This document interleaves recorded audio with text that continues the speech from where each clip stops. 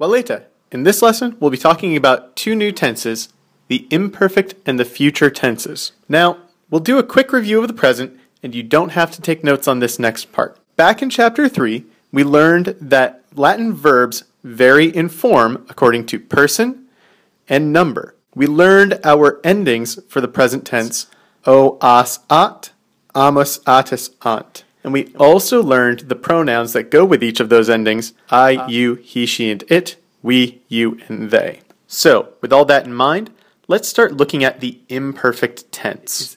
The first thing to know about the imperfect tense is that it is a past tense. Also, it will vary in the same qualities that the present tense did, that is, in person and in number. So we can set up our chart the same way. Now, luckily for us, the imperfect tense is not going to be a completely new set of endings. Rather, it's going to look a lot like the present tense. So right now, I'm going to fill out this chart with just some of the present tense endings spaced out a little bit. You'll see why in a moment. What we're going to find is that these present tense endings can be changed into the imperfect forms simply by inserting the two letters ba, ba, into the middle of them, between the a and the rest of the ending.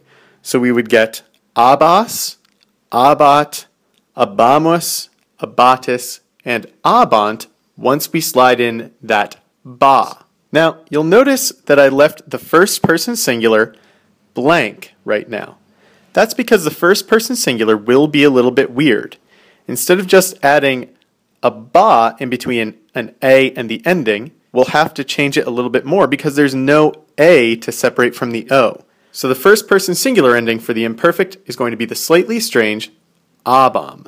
So that ba is what we're going to call the tense sign of the imperfect. That is, when we see ba, we can know, oh, it's imperfect tense. So what I'd like you to do now is set up the chart again with first person, second person, and third person, singular and plural, and see if you can put the forms of laudo into the imperfect tense. I'll start you off by giving you laudabam for the first person singular.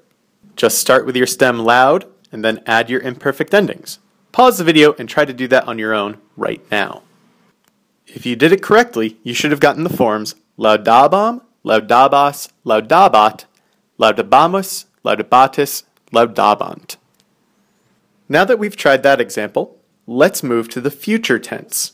Now once again, it's going to vary in the same qualities as the other two tenses, that is number and person, so let's make up that same chart to start. And just like the imperfect tense, it looks very similar to the present tense with just a couple of letters inserted into those endings. So let's start by filling out this chart with some spaced out versions of the present tense.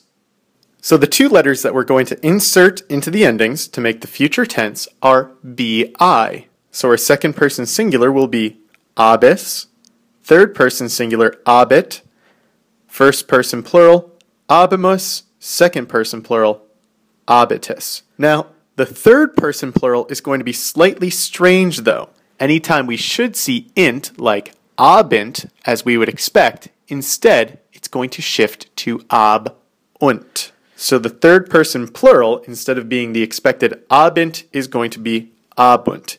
You might circle or star that in your notes. So we'll say that the tense sign for the future is be.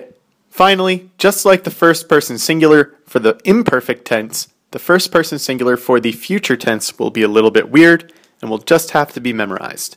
And that ending is going to be abo. Let's do an example once more with laudo. So set up your chart and then put laudo in the future tense, all forms. I'll start you out with the first person singular, laudabo. Pause and see if you can fill out the rest on your own. If you did it correctly, you should have gotten the forms laudabo, laudabis, laudabit, laudabimus, laudabitus, laudabunt. Now that you've done all that, the last thing for us to do in this lesson is to get out our forms sheet and find the imperfect tense endings and future tense endings on the verbs side of the sheet. There, we'll fill in once again the imperfect endings, abam, abas, abat, abamus, abatis, abant, and in the future tense endings, abo, abis, abit, abimus, abitus, abunt. Now, we're going to look at the translations of the imperfect and future tenses. So first of all, recall that the present tense was able to be translated 3 different ways. So using the example laudamus, the first way that present tense verb could be translated is by using the simple present. We praise. The second way would be the progressive present. We are praising. And the third way would be the emphatic present. We do praise. Now, the imperfect is going to be slightly simpler in that it will only have 2 ways to be translated into English. Let's take a look at those 2 ways by using the example laudabamus. The first way is the progressive past. So much like the progressive present being we are praising, the progressive past will be we were praising. Both of those progressive translations keep that helping verb, are or were, and the ing at the end of praising. The other way would be the so-called habitual past. This indicates something that was a habit in the past, but no longer is, such as we used to praise. Finally, let's take a look at the future tense. This will only be able to be translated into English one way. We'll use the example laudabimus, which will only be translated into English as the simple future. That one translation of the simple future would be we will praise. That's it for this lesson. We'll practice this more when we see each other next in class. Well, later.